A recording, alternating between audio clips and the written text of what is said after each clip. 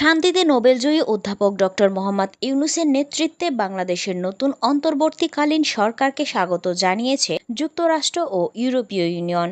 বৃহস্পতিবার যুক্তরাষ্ট্রের পররাষ্ট্র দপ্তরের মুখপাত্র ম্যাথু মিলার এক সাংবাদিককে বলেন, সাম্প্রতিক সহিংসতা বন্ধে ডক্টর ইউনূসের আহ্বানকে স্বাগত জানাচ্ছি। তিনি বলেন, অন্তর্বর্তীকালীন সরকার ও ডক্টর ইউনূস বাংলাদেশের জনগণের জন্য একটি গণতান্ত্রিক ভবিষ্যৎ তৈরি করতে চায়। তাই অন্তর্বর্তীকালীন সরকার ও ডক্টর ইউনূসের সঙ্গে কাজ করতে প্রস্তুত রয়েছেন তারা। বাংলাদেশে যুক্তরাষ্ট্রের সর্বোচ্চ পদমর্যাদার কূটনীতিক হেলেন লাভাবে উপদেষ্টাদের শপথ অনুষ্ঠানে যোগ দিয়েছিলেন এবং অন্তর্বর্তীকালীন সরকারের সঙ্গে যোগাযোগও রাখছেন।